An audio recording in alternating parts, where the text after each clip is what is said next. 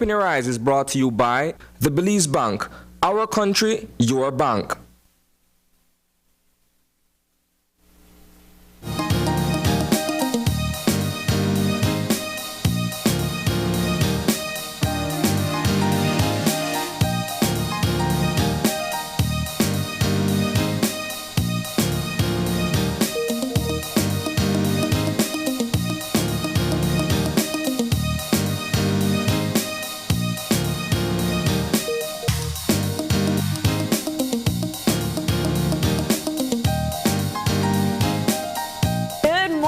And welcome to Open Your Eyes. Start your morning right. I'm April Martinez. And I am Sana Kayatano. And good morning, Belize. Thank you so much for joining us on this lovely Monday morning. I can't officially say wet Monday because I think in some parts the rain hasn't gotten there as yet. But in Belize City currently, if you haven't looked outside your window, it's raining outside.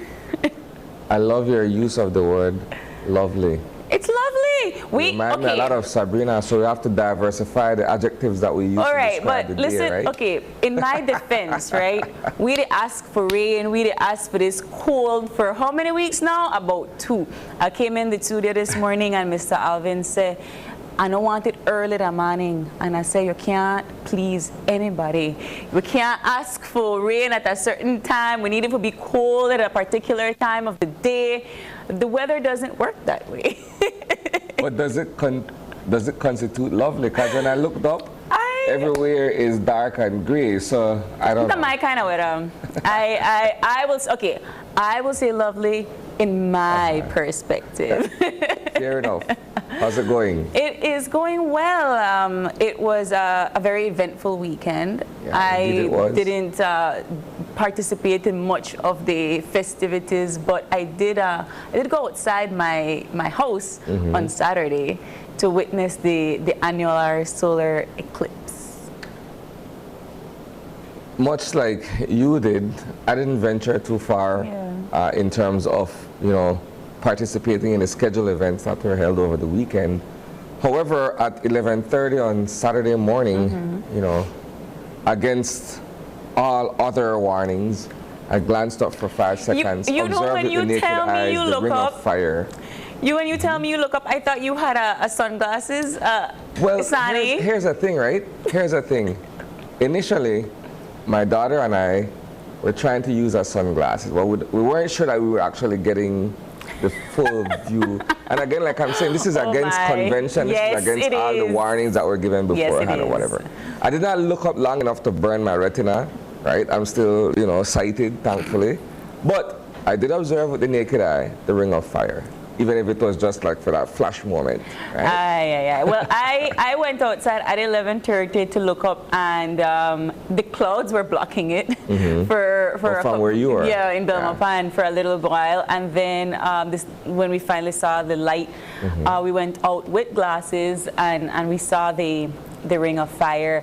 It was so spectacular. My brother had to do a report on it for his science class. Nice. So he had to draw the different phases as he was seeing it in the reflection of the solar glasses.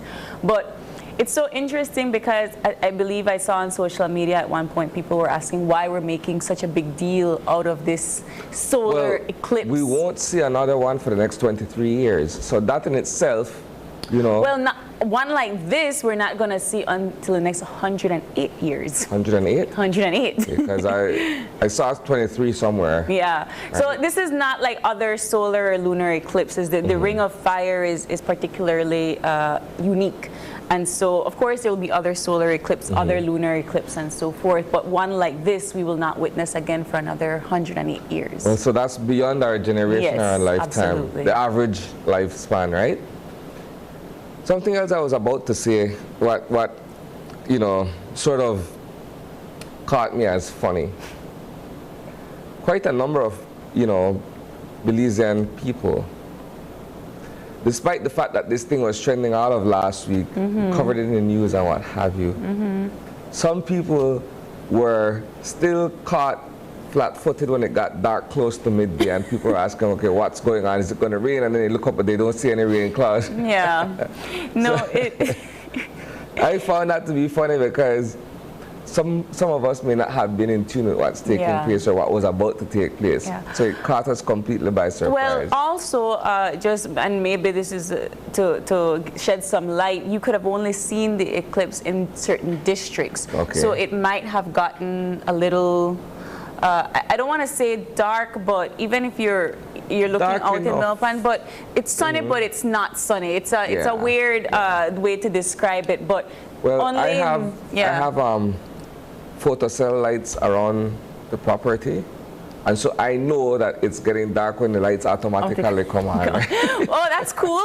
I was gonna say that the southern districts, particularly Stan Creek, Toledo, and I guess most of the Cayo district, were not able to see the eclipse in its entirety, and so it probably just got dark for them. But you know, at the end of the day, it was a once in a lifetime opportunity to witness this event, and I think that's why the Ministry of Education, particularly the Science and Technology Institution, part of it, they were pushing this this there event. Was a full-on schedule of activities for Saturday at the House of Culture in Belize City in respect of this particular event, right? Where, as you've mentioned, you know, that particular ministry made a big deal of it because of its significance, right? And I'm also aware that at a number of archaeological sites, they were also viewing activities taking place there as well. And so, well, it's the talk of the weekend. It is the talk of the weekend, and I think a lot of persons were kind of confused as to why, for example, we were promoting looking at it at archaeological sites, why it was so significant to have the Fuego Sagrado, which is a cleansing ceremony right before we start. Remember, when we're talking about these kinds of events, our ancestors, the ancient Maya, they predicted these kinds of events long before we even knew of their occurrences, and so they're on record as some of the greatest astronomers. Absolutely. You know, in terms of them being able to study the movement of the sun, star, moons, I mean, they all these other celestial. They calculated time in the millions, Isani.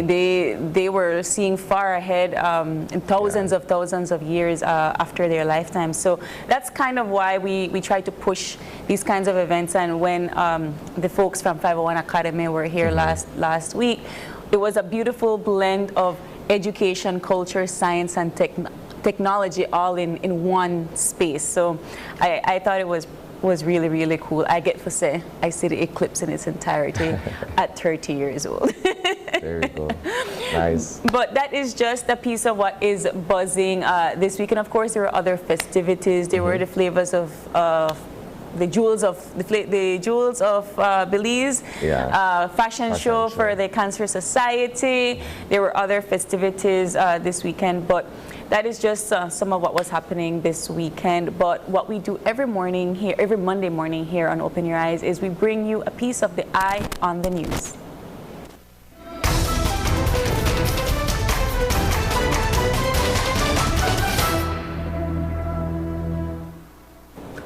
So I woke up this morning to reports of an incident that took place down in Placencia overnight, where an aircraft, from what we're made to understand, the property of Maya Island Air, went up in flames. Now, the circumstances surrounding what took place were yet to confirm. I've been told, however, that police and fire personnel responded to the scene. An investigation is underway, and fire personnel proceeded to extinguish the blaze. Again, we stress at this point we're not quite certain what the circumstances were. We've gotten several reports, but those are yet to be confirmed either by the Belize Police Department by way of its preliminary investigation, or from either civil aviation or Maya Island Air. But that's what we're being made to understand. As I mentioned, it's information that I woke up to this morning. We will have a news team that will head down to Placencia to do our own coverage and investigation of what may have transpired in respect of the aircraft going up in flames. Interesting that we just covered Maya Island Air about a week ago in respect to the supposed weapon that was installed in the aircraft. It turned out to be fireworks, but I don't know if that's a coincidence. Well, I'm not casting any aspersions that I have no knowledge. It's just a strange development that in the span of 2 weeks we've been talking about Maya Island Air with that particular alleged weapon in their aircraft, and now all of a sudden it's up in flames. This is unconfirmed at this point. Suffice to say that the information comes from a trusted source down south. Okay. Right? Moving on to other matters from the weekend, if we look at what took place in Belmopan on Friday, for instance, where our coverage of the news began with the demonstration that was held at the steps of the Assembly building, where the United Democratic Party gathered in protest against the government of the day, while inside the House was the actual sitting of the House of Representatives. What is interesting is that the UDP seems to be trying its best to stand firm as an opposition, despite the fact that for persons who have been studying the developments within the party over a period of time, there is still a fracture, there is still a chasm that, for all intents and purposes, continues to grow wider, if you ask me, right?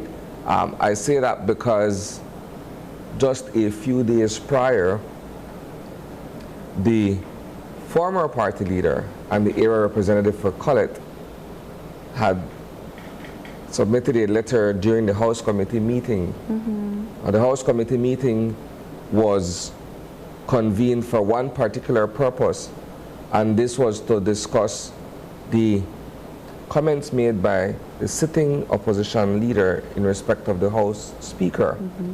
This would have dated back to August 11th, when an initial request was made for there to be a no confidence motion brought before the House in that sitting. And we all know what happened. It did not materialize. It was stillborn, but I guess in his frustration with the last minute response that he got, Shine Barrow wrote a rather curt letter to the House Speaker, and well, clearly they believe that it's in contravention either of the standing orders or what have you. And so the meeting was in essence called to discuss that matter and what the consequences would be or what have you. We now know that he has been given until October 31st to apologize for the statements he made.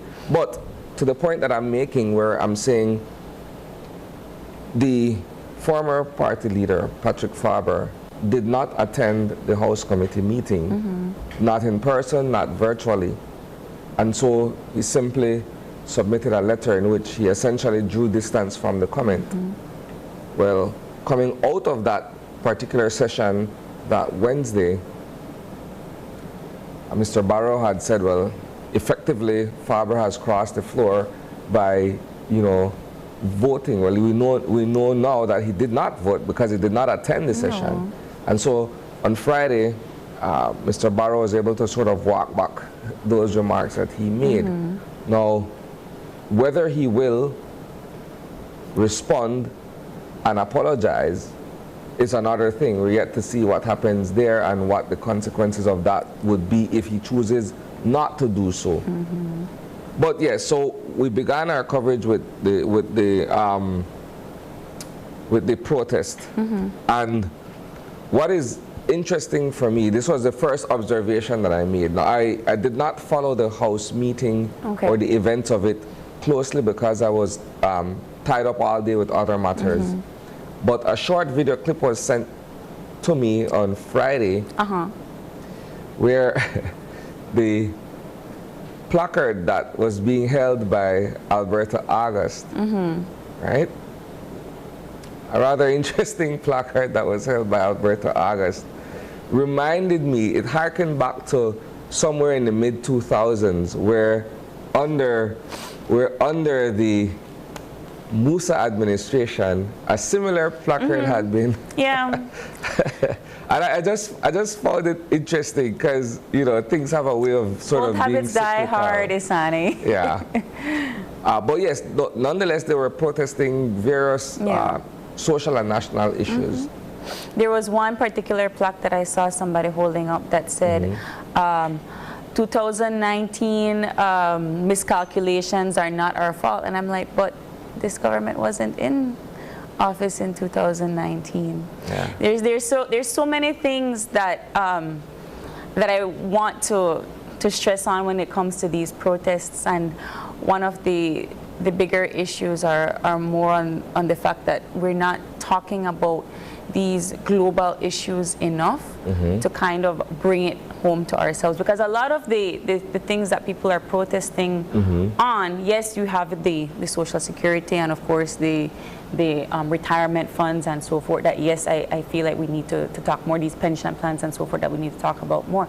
But in the case of inflation and fuel prices and all of these other cost of living issues that we tend to blame every sitting government for, it's a global issue, right? So I think that when we're talking about those particular problems, I don't know how much of it I can go forth and blame my government on.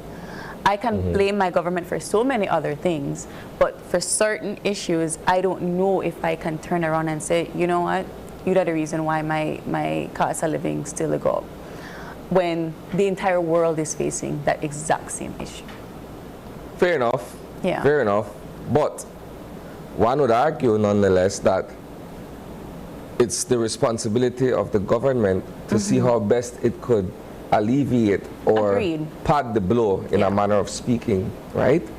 And so their argument is that, well, the government may not be doing enough to be able to, you know, soften the blows that we're feeling from inflation. Yeah. Against the fact that, as we've all accepted, our inflation is imported because we're not a country that produces, you know, enough in terms of commodities, goods and services and what have you. A lot of it is stuff that we're bringing into the country. So we're essentially importing our inflation. And I always, there was somebody I was talking to about this, and I know we're kind of drawing away from the initial conversation, but where I went into a store one day, and I don't remember what I was looking for exactly, but my brain wandered, and I looked up at the shelf, and it was like 5 different types of canned beans, right? And I said, but I don't think I've ever bought canned beans in my entire life, here in Belize anyway. I don't think I've ever bought canned beans. And then I looked at the person beside me, and they're like, you know what, I don't think I have ever. So I don't know why there is a need for so much canned beans. And then, wait, I have a point, I promise. And then I said to myself, I think it's flawed to begin with, but I'll allow you to... Why? Because if one importer chooses one particular brand, right? Say, for instance, Heinz. Someone else brought in or brings in Bush beans. Those are the options that are being made available to the customer, to the consumer. Yeah. So we're not limiting it only to one thing. So if you eat beans or you don't eat beans, does not necessarily say. Well, I never talk about beans. I never talk about the other canned beans. No, we're using the same example, right? But I thought about it in the sense that in a Belize, it's, well, now it's probably gone up, but it's about $3.50 for a pound of beans, right? Which is, I think, how most people cook them beans, right? And please correct me if I'm wrong. It's an assumption you're making that most people cook their beans, right? Okay, it's an assumption I'm making. But I'm just asking. I'm asking the viewers if that is the way if we are a country that does this, if we're a country that cooks their own beans, if we are that type of people, if we are that type of people, do we really need like 15 beans options on the shelf? That is my question. And the reason I asked that is because for the can of beans, they're like $4 for the can of beans, whereas for your pound of beans, that's $3.50. So where do we make these kinds of decisions? That's my question. That's an interesting question. Perhaps not for you, maybe for answer, somebody else. But I wonder about these things. I believe perhaps you could come up with a myriad of reasons why. Yeah. You know, including the fact that some people have the patience to set a crock pot and have that cook overnight. Some people don't have the luxury of time. They prefer just, you know, using the refried beans and just go with that. Yeah. It is what it is. Yeah. Right? But we believe in having options. So if I walk into the grocery store, for instance, and I'm looking for toothpaste, and I'm seeing Colgate, Dentine, I'm looking at all of these other brands or whatsoever, it gives me a choice either of price point or for what works for me. If I'm looking for extra fluoride or whatever it is that I'm looking for in the toothpaste, I know that I have a range of options to choose from, right? And so when you have importers who have license to import certain products or what have you, you don't expect, and a lot of it is proprietary. So if I'm the agent for a particular brand, there's a likelihood that I'm the only one that's bringing in that particular brand. Right. But it doesn't stop someone else from bringing in another brand of the same product. But isn't it us overly consumption and so many options that have us in the state that we're in? I'm just asking. We're venturing into a philosophical conversation. I ask because I'm very curious about these things. But yes, going on into your protest. No. I'm simply saying, look, there was a lot that was covered on Friday. Now, if we were to look inside, what happened in the House is another conversation altogether. And just for the record, the protest outside did not disrupt the meeting. It did not. They were attempting to rush the mound in a manner of speaking. That did not happen. Yeah. Thankfully, right? But I mean, if we're looking at what took place inside the House, again, there were quite a number of matters that were brought before the House, either for reading, what have you, spirited debates. These things happen, right? We come to look forward to those kinds of exchanges in the House. One of the things that I alluded to last Monday was the question that I had posed actually as to the absence or presence of the Belize Rural South area representative. And we know that Andre Perez was present at the House meeting. Yes. He stood on several motions to contribute to the dialogue or the discussion surrounding those motions. And the question for me now, as a reporter, is, okay, has the leave of absence come to an end? Will he be reinstated as a member of cabinet?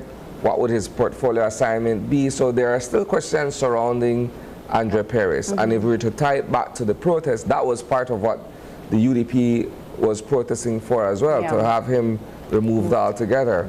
Right? So it's a question or a position that we'll be pursuing in the news in the days ahead to see if we could get either the Prime Minister or some other top government official to shed some light on that. Well, when with his suspension, it was also told that Prime Minister Briceño would be taking over his blue economy portfolio. Yes. And as they were talking about this new sustainable development loan, I believe that Minister Perez also did speak on that as well. So there are certain questions as to how much he is involved in the Ministry of the Blue Economy still. Yeah. My thing with respect of the entire Andre Perez situation is that we cannot leave it unresolved. You know, so there was this scandal that happened a few months ago. Right. You know, it was in the news prominently for a few days, if not a couple of weeks. And then we can't allow it to just die off without finding out, okay, what happens conclusively or definitively in respect of this situation? Was there an investigation that was launched? What are the consequences for him? So on and so forth. My question pertained more with Ms. Wendy Oxilo, that she had filed the the fact that he threatened her and so forth. I would like to know where we are. Did she press charges? Is there going to be a court case now? That's kind of where I was leading to, because yes, as much as we all love a scandal, everybody has a scandal. The protest allegedly by the UDP was more on the fact that he threatened somebody's life, and this person now felt the need to flee from the country because they felt like their life was in danger. That was what the opposition was more focused on, and primarily I think that's what everybody should be more focused on. If this is something that happened, we need to have the proper investigations to find out, because no, you don't want somebody like that in office, but also we also need to know the entirety of this story if these allegations are actually true. Yeah. So we will be looking into what happens now with Andre Perez in respect of his return to the House, and of course what happens with respect of his ministerial responsibilities, if any, are given to him going forward. But yes, it's always a marathon when you look at the House of Representatives when they convene. How long did they last? I was trying to listen in for the 6 o'clock or so. Yeah, I had not to. longer. But this is something that has become the norm for the administration of the day, that they go long. I guess perhaps with a super majority, everybody feels the need to get up and speak on matters, right? So yes, that was Friday. That was Friday. This week we're looking at other developments that will come out.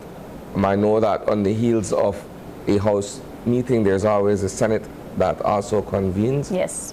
And one of the, and I'll end the irony news on this. Just ahead of the House meeting on Friday, there was an agreement between the government of Belize and Oceania with respect of the referendum that should have taken place, that we now know won't materialize. But what we saw was an amendment being introduced to an existing piece of legislation where the referendum on offshore oil drilling, is concerned. And so that too was one of the pieces of legislation that was brought before the House on Friday. Yes. And we've somewhat dissected that in terms of what it means going forward. So, but yes, I mean, I'll end the Island News with that. Details of these stories and more, you certainly will be able to catch at 6 p.m. in our evening newscast, live on 5, or you can stream our content on social media via Facebook or YouTube. That does it for this morning's Island News.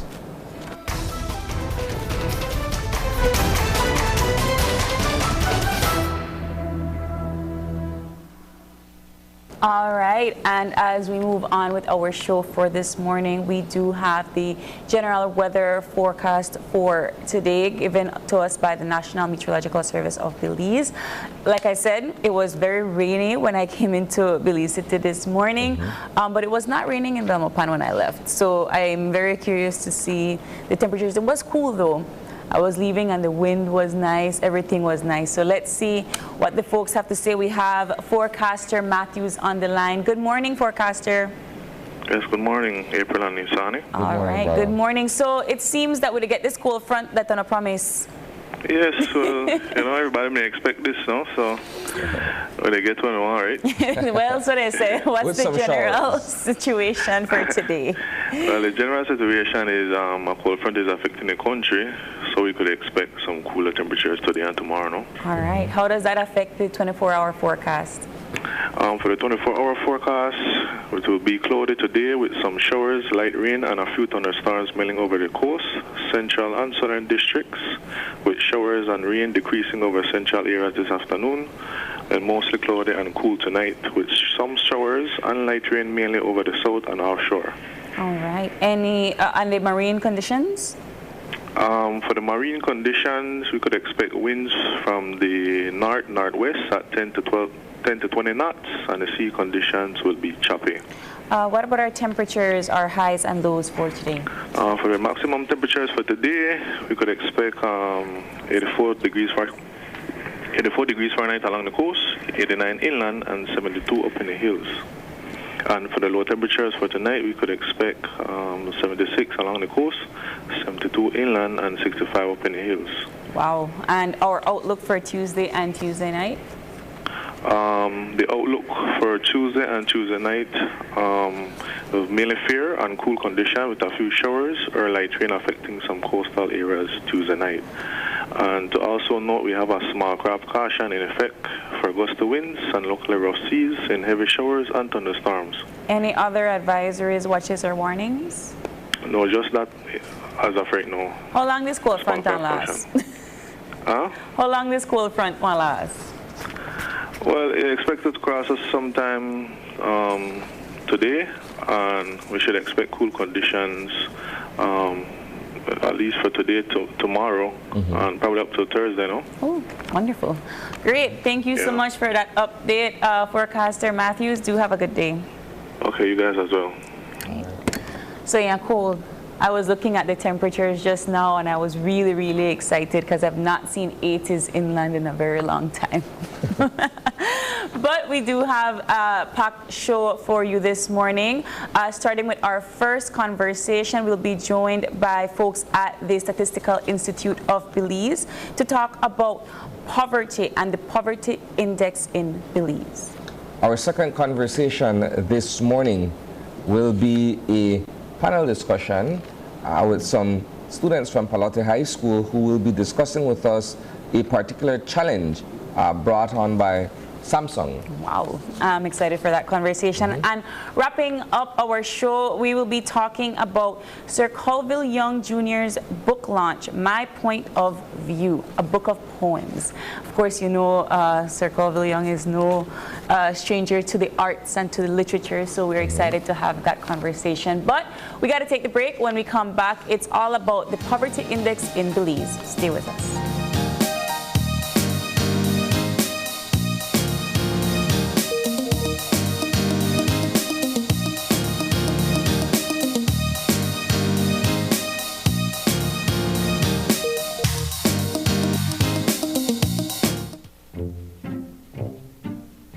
Get ready, babe. We're going on a vacation. Finally, where are we going? Don't worry, babe. I have we covered. Are you sure you know where we're going? Yes, babe. Oh, right there, see?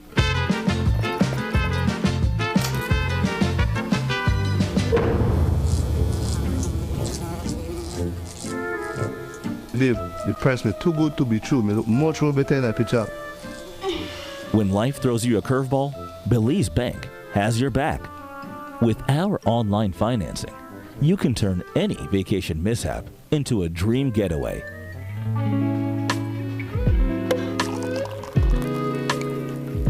Cheers to Belize Bank for making our dream vacation a reality. Thanks to you, babe, to turn things around. No thanks to you, cheapo. Out. Experience the future of financing with Belize Bank online, where you can secure funds for anything, from anywhere, at any time, all without stepping foot in a bank. Apply for a loan today and unlock a world of possibilities. It's an massive season with massive deals and rewards at Penny's. From now through December 31st, earn double P-Bucks on store-wide purchasing every Friday and Saturday. That's right, 2 times the P-Bucks, which means 2 times the cash back when shopping at Penny's. Plus, get even more rewards with P-Bucks Builders on home goods, tiles, appliances, paints, and lights. And don't forget, there's also massive deals and discounts on tiles and the best brands in paints like Benjamin Moore and BH. Rewards, deals, V-Bucks. You can get it all this massive season. Only at Penny's. Quality and saving.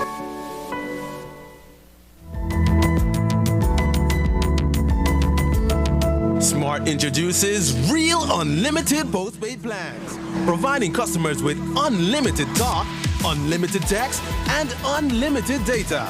Now that's a real great deal. With Smart Plus, Share 1 and 2, and Enterprise 1 and 2 plans, you can talk as much as you want, text as much as you want, and for the first time ever in Belize, you can enjoy unlimited data with your postpaid plan. So come in and sign up for an unlimited postpaid plan and enjoy limitless possibilities. In addition, other plans such as the Flex Junior, Choice, and Select have been boosted with a lot more talk, text, and data, providing you with the best value for your budget. Be unlimited with Smart. It's time to power your dollar with Smart.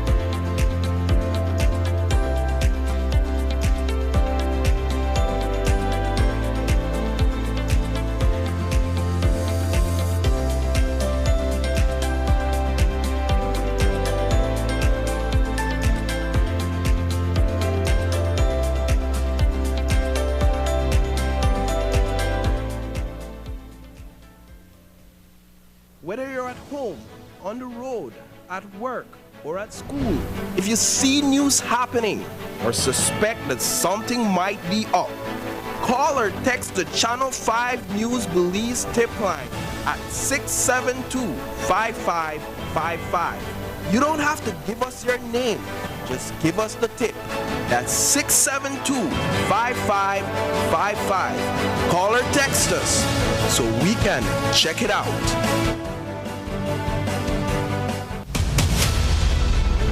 Dwayne Moody, Isani Cayetano, Marian Ali, Paul Lopez. Your News 5 Belize teams do whatever it takes. Go wherever they need to go, so you can catch the story wherever you are, whenever you want, on whatever device. Channel 5 Belize on television, Facebook, Instagram, and YouTube. Because news is now everywhere, all the time. And so are we. When someone you love becomes a memory, the memory becomes a treasure. Channel 5 introduces the Daily Obituaries. The Daily Obituaries will broadcast all death and funeral announcements and memorials to honor your loved one's life and memories. The Daily Obituaries airs on Channel 5 prior to the evening newscast, with subsequent repeats at 10 p.m. and 12 noon the following day.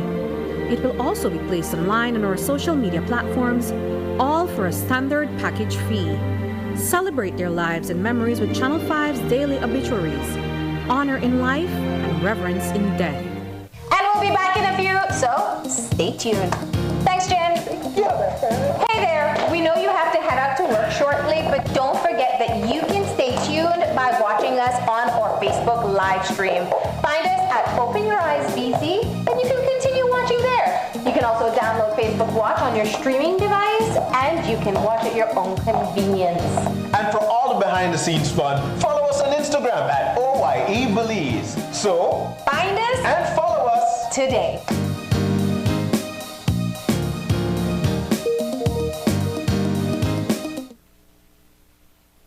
Do you have information about a crime or a fugitive in our community? You can submit a tip anonymously with your smartphone. Using this program in safeguarding our community also protects your identity, keeping you out of the court system, and could earn you a cash reward. Here is how it works. Download the free P3 Tips app from the Apple Store or Android Market. P3 is the provider of our secure anonymous tip collecting software. Open the app and create a PIN, but be sure to remember that number, then select your location. Next, select the type of crime. When submitting a tip, be as specific as possible. If you have a picture, video, or audio that will help officers, you can upload them from your phone. Information leading to an arrest can earn you a cash reward of up to $1,000. Once your tip is submitted, you'll be given a tip ID and password. Check back if your tip leads to an arrest. You'll be told how much you were rewarded and how to anonymously collect your cash.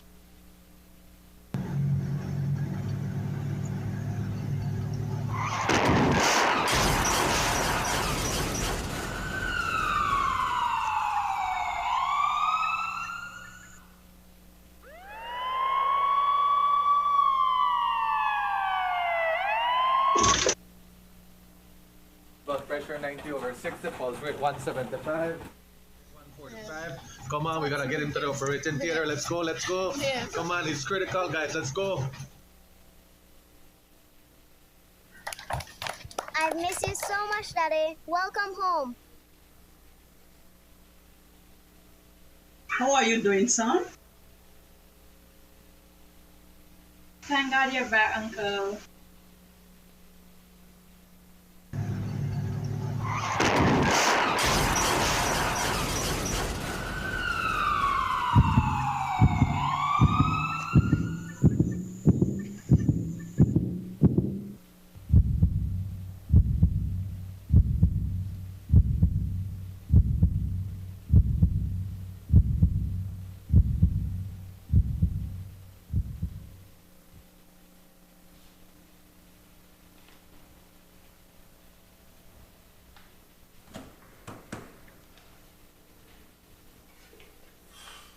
Mike. Hey, Mike. What's going on, man? We haven't hung out, we haven't touched base. Yeah, man, I'm okay. I'm just trying to get things back to normal, you know? To be honest, this is far from a normal you. You know I'm your boy, man. I'm here to help you. You know, there are some professional places that can assist you to get your mind back to normal. You can have a look at this.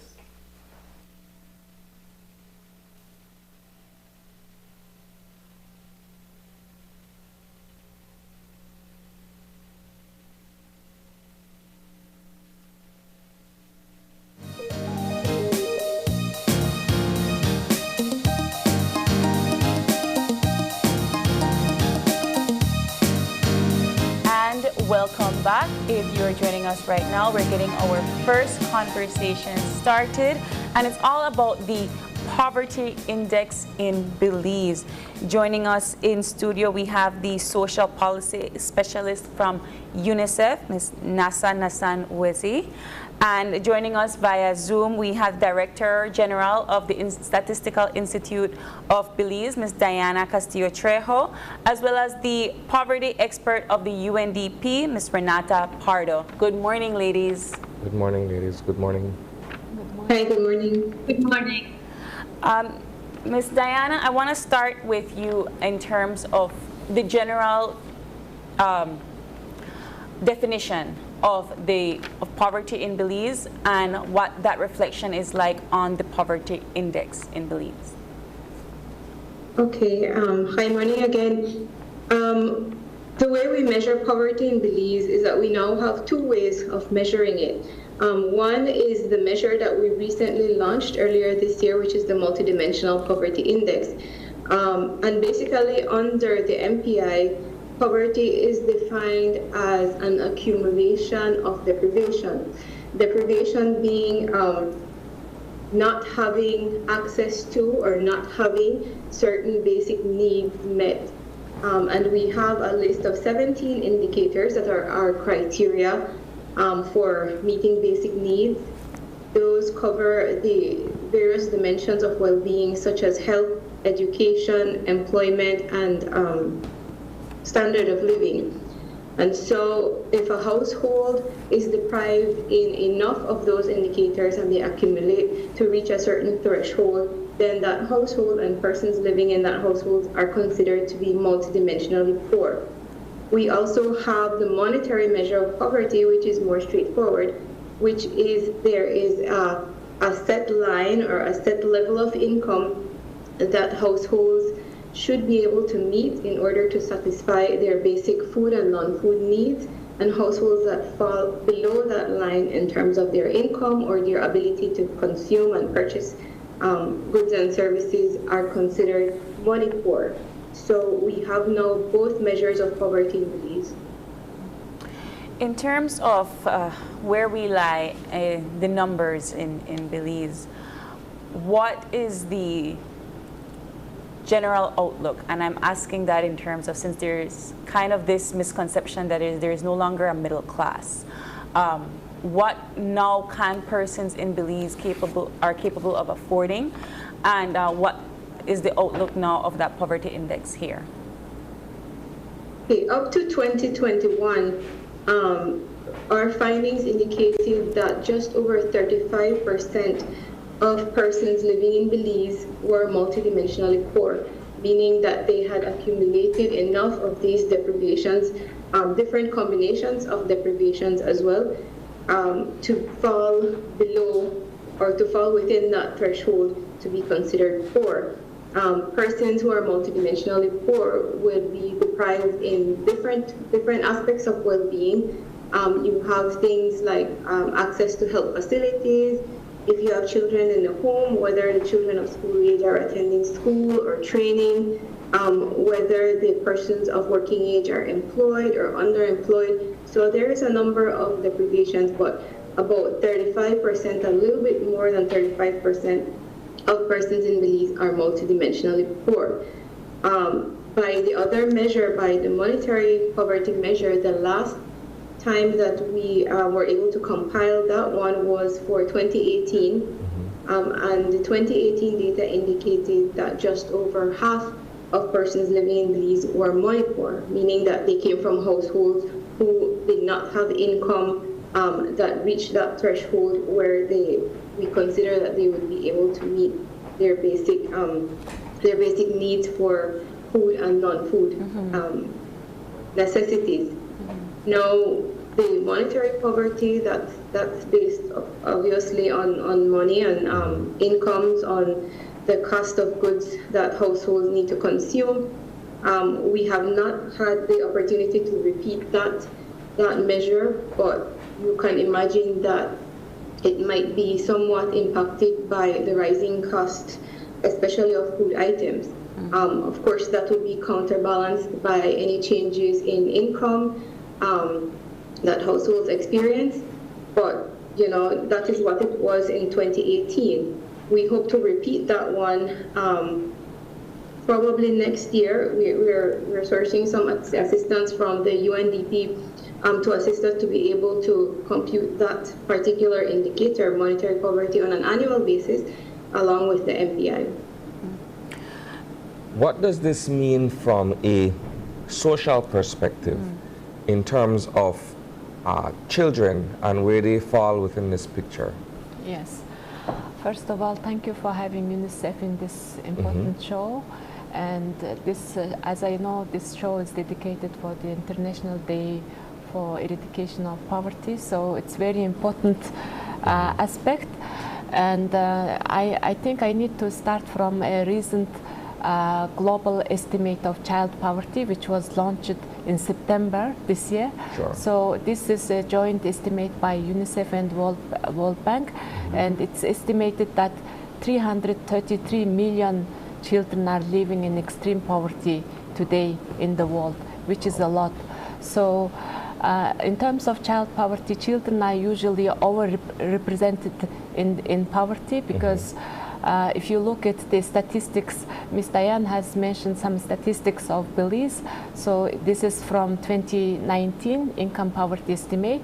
So 52 of total population in Belize was living in poverty, whereas 60% of children 0 to 14 years were living in poverty that time. So usually children are overestimated in income poverty because usually households which have bigger number of children, they tend to be living in poverty.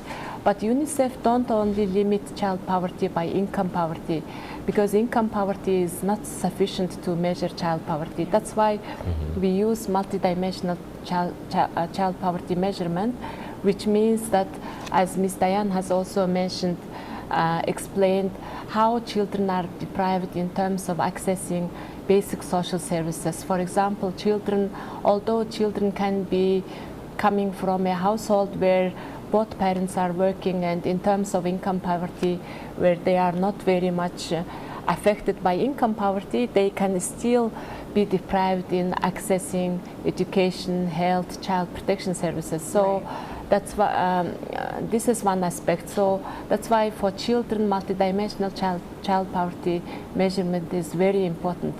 And children don't earn money, and they don't make a decision to what to buy, how to spend the household income. And therefore, it's not enough to measure child poverty only using monetary aspect. And that's how UNICEF supports globally countries to measure child poverty in its all aspects. So the recent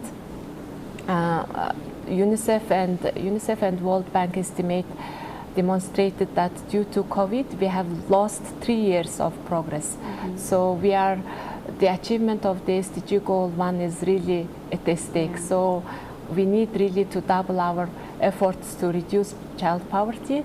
And one of the important measures to reduce child poverty is to implement social protection measures. So especially social assistance for the most vulnerable people. So if I just can mention one more statistics, while the income poverty and deprivation is very high in Belize, the coverage of the social protection is very low. For example, coverage of social assistance is only 4% of those who need social assistance. So it means that most of the vulnerable people who needs assistance from the government is not receiving any assistance. So that's why UNICEF also supports the government to implement social protection programs, including social assistance. And if you compare this 4% with the global average, it's very low.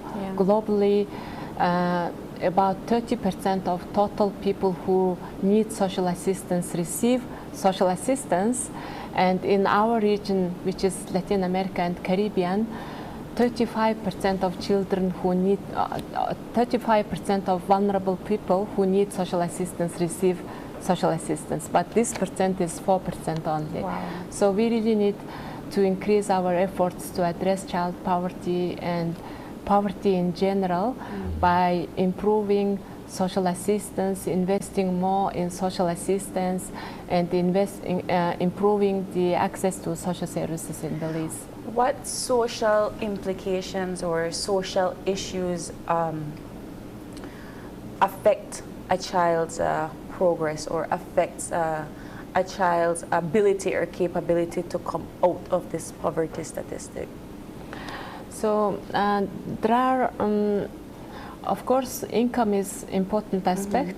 Of course, if you don't have money, you will not be able to access to services. Sometimes, although, for example, let's say in Belize, we say that education service is free for all children, but sometimes if you don't have clothes to wear, or if you don't have a notebook, or if you don't have a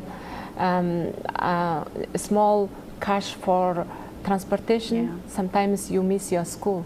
So first we need to ensure that all children have income security, so basic income security. So that's one aspect. And secondly, we need to enhance social service delivery so that everyone can access, all children can access social services without any problem. For example, we need to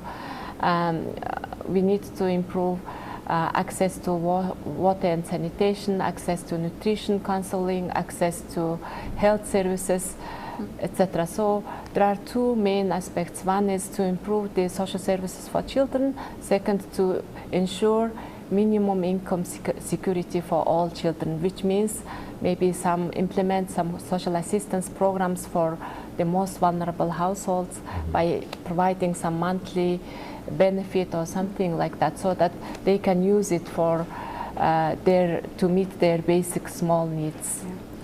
Let's get Mr. Renata in the conversation in terms of the efforts from the UNDP. We've heard the statistics. We know where Belize lies. Now, what happens after? We've collected this data. What are some solutions that are coming out from the UNDP in terms of projects to alleviate this, this social issue? Thank you. Well, from UNDP, and I think I'll collect what has been done, what been said before. What we try to advocate for is to use this both either the MPI, the National Poverty Index, or the monetary figures for policy making. This should give information to the government in order to design the policies. So this is mainly what we do and what we have tried to do, sharing successful experiences in other countries in the region. Say, for example, some countries use the MPI. I will focus on children, for example. Sure. If we see with the multidimensional poverty index that most children are not getting access to education, or they don't live in appropriate dwellings, or their parents are lacking a good employment, they're mostly informal. We can set say baskets of social policies and social protection policies in order to deliver those services for the children, to provide those public services they need in order to be or to live a full life. Also, in terms of income, if I see that there's a certain percentage of population or of households with children that don't have enough income to fulfill their basic needs, I could target those households and deliver social assistance in terms of cash transfer, for example. So what we do is try to show the countries, it could be the case of Belize, on how the different ministries could use this information for targeting, for following up the achievements in terms of policy. If I see that I have a policy to increase the school attendance, but it's not working, the indicators are still lag behind, I could focus, is it in this region, is it in another region, maybe it's the rural area. So the thing is, use this information for policy making. Is it a certain type of households that are more lag behind? For example, is it households with female-headed households, which is not the case for Belize, but it's just trying to set the type of examples that policymakers could use this information for policy making. This is what we are advocating for most from UNDP, using this information, making it useful for policy making. In essence, the government, if we're looking at the Ministry of Social Transformation et al., should be the ones that would take this information and look at either coming up with new policies or implementing certain programs that would allow for this issue to be addressed, correct? Yes, that's the purpose of, Every ministry that has some impact on alleviating poverty should use this information. Education, health, even finance ministries, because you need to allocate budget in order to actually implement the policy. So this is of use of a lot of ministries, key line ministries in the government. How do we compete? Well, I don't want to say compete. How do we change these numbers in respect to all the global issues that are taking place right now? And I know that you said we have to use this information to change policies, to make it better. If it's not working, we redesign it. But with all of the global issues that are taking place, how do we change these numbers? I ask this in terms of, you're talking about things like health, access to free education, cost of goods and services, high cost of living, inflation, parents are not being able to earn a proper income to maintain a stable household. So how are we supposed to create these policies and manage these numbers when it just seems that the issue is worldwide? That is a very good question. I would say there's no right or wrong answer. These are certainly very difficult times, especially because of fiscal constraints. We've just, 3 years ago it was a pandemic, a lot of need of resources need to be used to attend the people that were most affected by the pandemic. Then you have the effects on inflation because of the war. So it is difficult. I guess governments could, try to have different fiscal policies in order to collect more revenues from different, different policies. I mean, I wouldn't say exactly what's the recipe for doing this. Yeah. Ms. Diana, I will give you the floor on this. If I may. You're very right. There is no easy answer and there is no one answer. But I think, and at least I need to say this, being that we, the work that the SIB does and our contribution to this, we start from a better place, and we start from a place where we are more likely to achieve some success when we design programs and interventions based on good information. And this is our part in it. The MPI, for one, is a very, very useful tool. It can tell us, what are the different areas that need to be tackled to reduce deprivation, and it tells us in different parts of the country how their deprivations might vary from the north to the south. There might be different interventions that are needed based on the geographic area and the deprivations that they suffer, and it also tells us the extent to which any specific deprivation is experienced within the country. So from a policymaker's perspective, a good place to start is to start with addressing some of the areas of deprivation, improving some of the areas of well-being, where in those areas where the data tells us that there is the most need, where the data tells us that deprivation is the deepest, or where it tells us that the most people are suffering from a particular kind of deprivation. And so, with limited resources, as Renata said, budgets are very tight. We want to start from a place where interventions are being designed in such a way to maximize the positive benefits that come out of them. Ms. Nasa? Yeah, so I think we need to analyze the data that we are producing. For example, the income poverty statistics and MPI, which are produced by SIB, it has a lot of information. And these data are disaggregated by geographic area, they are disaggregated by ethnic minority, ethnicity of the population, etc. So if you look at the MPI of 2022, the recent MPI, it shows that Toledo district is the most affected. So people in Toledo district are deprived much more than any other people in Belize. So I think our policies can target those districts. This district, for example, we need to invest more to ensure better social services in this district.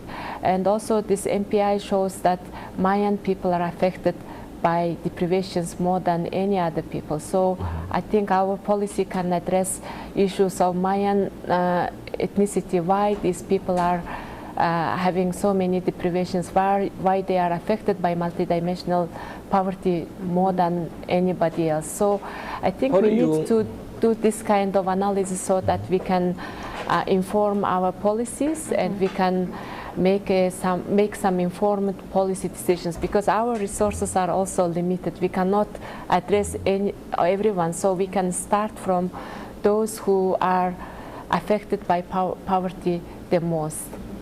How do you factor in the idea, if we're discussing ethnicity, against the fact that, for instance, the Maya have a very traditional, simple way of living, and it's not that perhaps they're ambitious to go beyond how they're currently living. Perhaps that works fine for them, but if we're looking at it from a purely statistical point of view, clearly they fall below a certain threshold. So how do we contextualize that? So, of course, when we design the policies, we need to consider the cultural aspects, yes, but still social protection, for example, social protection is a proven way to address poverty in its all aspects. So when we implement social protection, which includes social assistance and social services, we can address poverty in the most effective way. That's why UNICEF implements and supports governments to improve, enhance its social protection systems. So when you, for example, And for so social protection should be right of everyone. Even if you are living in the most remote villages of Belize, you have to have access to sufficient social protection. So I think we should consider it from aspect of the human rights aspect. Yeah. So Mayan people, although they are living in their communities, following their cultural lifestyle, they still have to have, you know, they are supposed to have access to services. They have to have sufficient food on the table. They have to have sufficient income. So if they don't have this kind of protection, they will continue living like that, and they will be continuing being affected like that. So, for example, when we go to Toledo district, children in Toledo district are affected by stunting a lot because they don't have enough quality food that they consume every day. When you go to the local shops, they don't have a lot of variety of foods. They don't sell anything. So it's very difficult in, for example, if you are living in a Toledo district, in a remote village of Toledo district, you don't have access to good quality food. So it affects your children's growth. It makes your children stunted. And when children are stunted, you know, it's a health problem. When you grow up, it will affect your development. It will affect your productivity. So these kind of things, although it can be like in that society, it has been like that for many years, and people can think that, oh, this is how we lived, but we need to change because this is a violation of child rights. You don't have access to enough food, sufficient food, and you will grow again as a poor person. So it creates the intergenerational cycle of poverty. So yes, so there are a lot of things to do in terms of addressing child poverty. So UNICEF is implementing Cash Plus program for nutrition in Toledo district. So what we are doing is that we are providing some monthly cash support to households with 0 to 5 years old, and we are aiming to link it to some nutrition counseling, health services, and access to quality water, etc., so that those children who are receiving the cash benefit can improve the nutrition status of their children. So that's how we are working. Is there anything in your plans to tackle things like teenage pregnancy? So yes, I think this is also another big problem.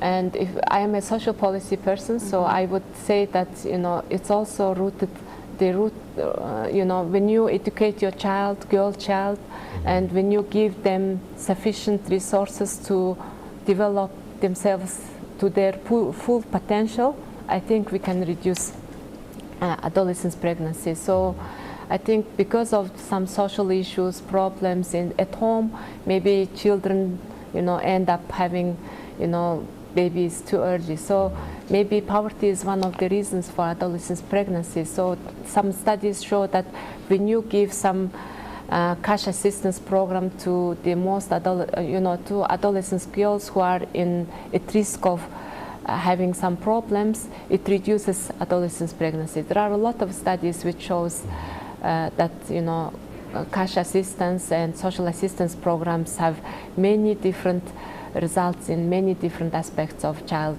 rights. Wonderful.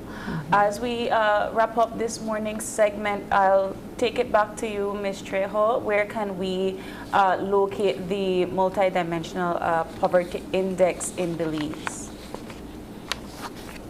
The MPI, the 2021 MPI, is available on our website. You can also contact us or contact our info email. So that would be info@mail,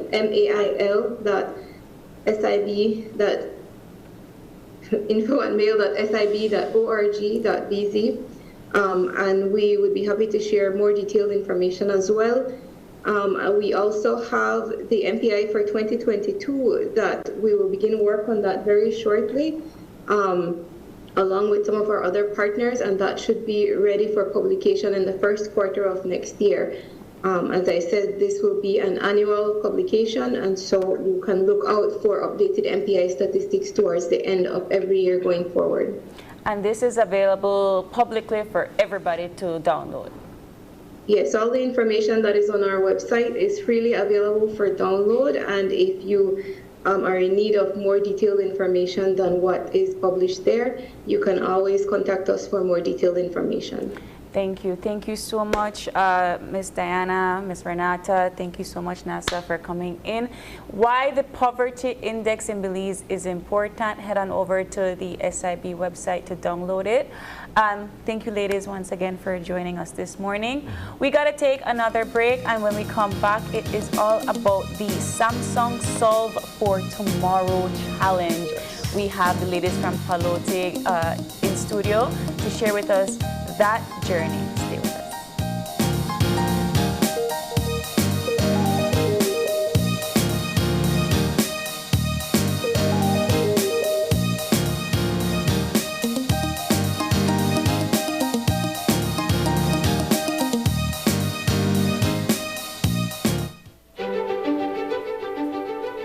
Technology is ubiquitous, and it's transforming how, when, and where we work. Fulltech Systems is placing award-winning devices in the hands of information workers, allowing them to work without compromise in a world without wires, to innovate, create, and to maximize productivity anytime, anywhere, satisfying the needs of the desk-centric remote and field worker and every other worker in between. We are providing the industry's best devices to businesses going through the process of digital transformation. Partner with us today to provide the solutions that will allow your employees to work effectively and efficiently to enhance your customers' experience.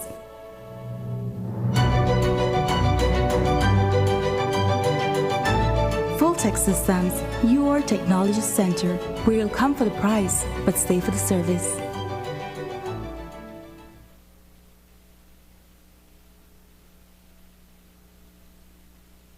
At times, life can become full of challenges and feel overwhelming.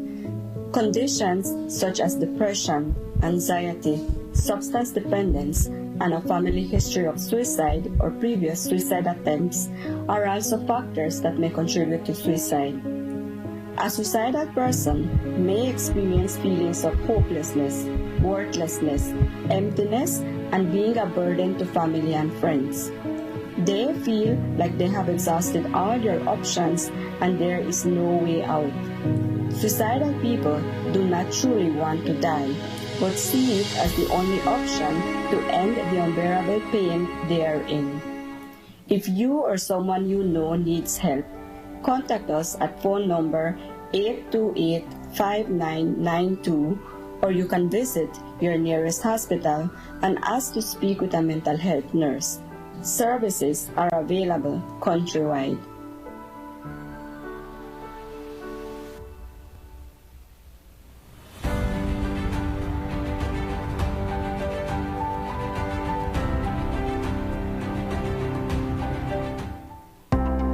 Every project has to start somewhere, and Brothers Habet's got you covered. We're the place for professionals because we understand success is built on quality and reliability. For the do-it-yourselfers seeking quality tools and materials to bring their out-of-the-box ideas to life, our paint department offers a kaleidoscope of hues to those looking to express their unique style. And for those seeking the perfect touch of elegance for their homes, we offer a curated collection of household fixtures and furnishings that caters to every taste. But what sets Brothers Habet apart is our exceptional customer service. Our employees go above and beyond to ensure that every customer's needs are met. We're here to see you through your building journey. Visit Brothers Habet and get started today. Or call or WhatsApp us for a quote. See you soon!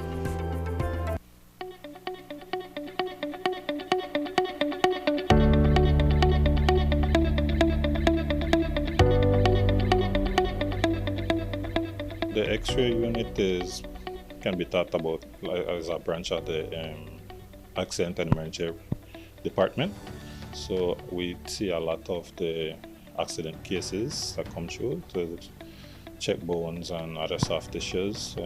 We also do a lot of chronic checks as related to chest x-rays and any other defects that might be able to be seen on an x-ray. Here is the closest x-ray service in the area. The next closest one would be the two hospitals in PG and one in Stan Creek. Our regular work day for us would be tending to our what we call as outpatients, patients we see daily that are referred to doctors. We collect their samples, and then afterwards we do the processing. We do basic processing here, chemistries, urinalysis, hematology, stool samples as well. So, and we also cater for emergency samples as well. We basically analyze blood samples. We know on a daily basis that doctors read blood samples and use it to analyze how the patient is doing on a day-to-day basis.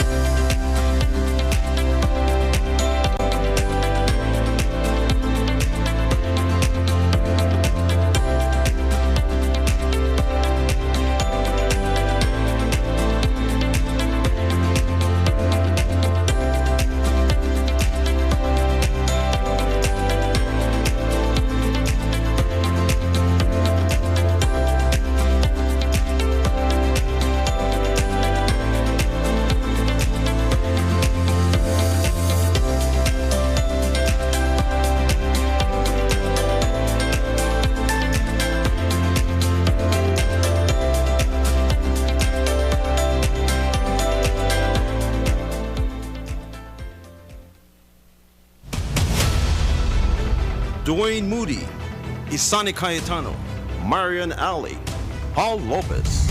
Your News 5 police teams do whatever it takes, go wherever they need to go, so you can catch the story wherever you are, whenever you want, on whatever device. Channel 5 believes on television, Facebook, Instagram, and YouTube, because news is now everywhere, all the time, and so are we.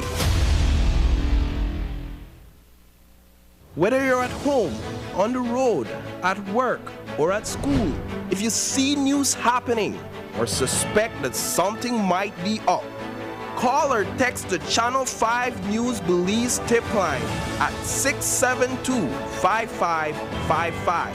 You don't have to give us your name, just give us the tip. That's 672-5555. Call or text us so we can check it out.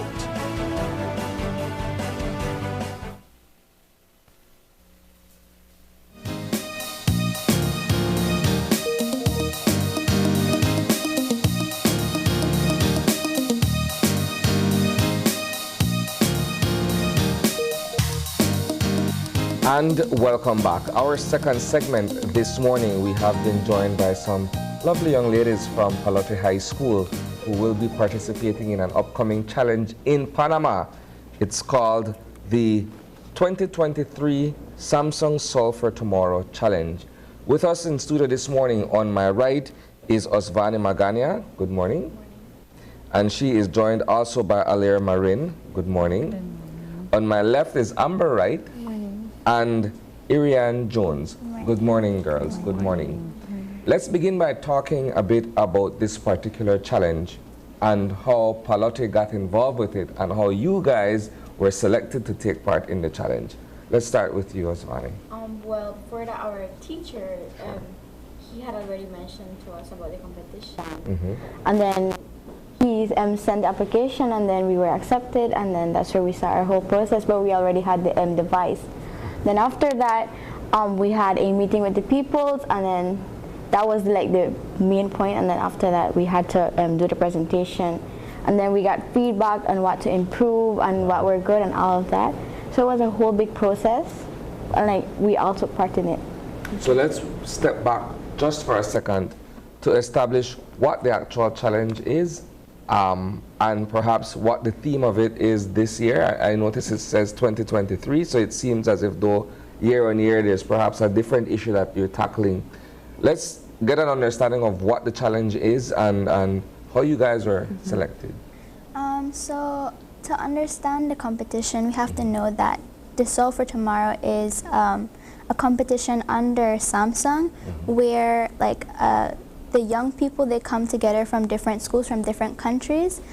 Particularly it happens globally, but we are participating in Samsung Latin, and we just come together and solve a problem that the world is currently facing using technology. So what was the social issue that you all chose? We chose to aid for the visually impaired. Okay. So you said that we had to solve, we had to sign up for this competition, right? Let's get into the device. As Vanya mentioned, that they already had the device, or you all have already been working on this. So let's start with what the device is, the influence of it, and how you all are improving this social issue. You said for the visually impaired. Amber, let's start with you. Basically, our device is called Smarts. It is both a smart stick and a smart glasses. It is used to help the visually impaired to be alerted when any object or a person is in its path, and this sends a signal through our ultrasonic sensor. Your ultrasonic sensor. Small change for me. I'm an old, technologically backwards guy. So same. Please step back for a while, leave it, work it down. Small chunks so that I'm able to digest it. Yes. Basically, the ultrasonic sensor is a detector. It sends like a vibration when like anything is in the visually impaired person's spot or any object about 2 feet range from it, so that they are alerted before at hand, so they don't have any head traumas for the glasses and any obstacle that is moving for the stick. So below range and above. Alier, let's get into how you all came about to make this device. Why choose this particular device? Well, okay, the reason why we were inspired to create this certain device was because we noticed that in society these days, we noticed that technology isn't as much as advanced when it comes to this. And just in our school, a recent polytech graduate was also facing the issue of visual impairment. Hence, we decided, why not create something innovative with the knowledge we have on technology. So we came together as a group and we decided that we wanted to create something for those who are visually impaired. We want to give them the opportunity to actually roam around freely, as both devices keep them aware of their surroundings so that they can avoid any accidents and live life independently. Wow. So you guys have a diverse group that I'm looking at here that ranges from 1st to 4th form. How do you guys sort of bring together all your thoughts and work together in terms of accomplishing this goal? What was that process like, or what has that been like in terms of your preparation for the challenge? Well, I would say we have quite communication when it comes to this. I think all of us come together and we're like a family in the group. So we tend to come together, and when it comes to discussions and things, it's great because we all have these very different ideas. But we find a solution which we could combine these ideas to get one thing that would actually coordinate with what we want to do. So at the end of the day, it's just communication, and we're like a family, so that's like something we grow on, and it's something we really enjoy doing. Let's talk about the competition in Panama. Belize was selected. You guys went through some trials, and you all were selected amongst other countries. Let's talk about what kind of requirements it took for you all to get into this competition, and who are you competing against? For us, the preparation, we went through many trials and tribulations on making a device as well as planning, pre-planning. We are going against Venezuela and Ecuador, both Latin American countries. Therefore, we are the only English-speaking country. Wow. First time you all are leaving Belize? Yes. Wow. Excited? Excited? Jittery? Nervous? The teacher's going with you, she's not going with you, you're on your own. What's the feeling like? It's exciting, and we're quite honored to have had this opportunity because it's not something that would occur to anyone, and we're glad that we were chosen. Yes, we had challenges we faced, so the thought that we actually made it this far in this competition, it's really exciting, and we're truly honored to have our idea and this opportunity to be put out there, and we hope that we can make a solve for tomorrow and actually help those in need. What's at stake here? At the end of the day, it's a competition. You're going up against several other competitors from across the region, but what's in it for you guys as a group or as a school? Let's get that from you. Well, there's many things. First, we're representing our school and our country, and fun fact, throughout all these years that this competition has been taking place, this is the first time that Belize made it to the finals. So it's something big. Congratulations, ladies. Like I said before, we're representing ourselves as young girls that have innovative ideas. We're also representing our school and our country. So we're giving our country, Belize, like a big exposure. For example, like there are countries that do not know about Belize, like we're spreading awareness about our country and the innovative idea that we have. So that's like the most thing that is at stake right now. Like it's very important for us. I think Isan is asking what you win. Samsung is this global brand, right? They make everything from phones to televisions to everything you can think of. You're going for a grand prize, correct? Okay. What's on the table? We do not know what's the grand prize. What? What? So that makes it a big surprise because we know we're going for something huge, but we do not know. But it can be devices, it can be many other things, but we do not know the exact thing that we're going for. That's a different approach. That's a different approach. No, because normally you have to have an incentive, right? Yeah. You're doing all of these things to win this big grand prize that you really, really want, or you know. So that is a different take. And you girls, I mean, I have seen these ladies firsthand working on these. Those are the glasses right there. That they were using all of these tools, and they were trying to explain to me what they were doing, but you say how they can't talk basics to we. They were just they were there working on these different wires and cables, and to make sure that some sensor move this and some sensor move that. But at the end of the day, Sonny, it works.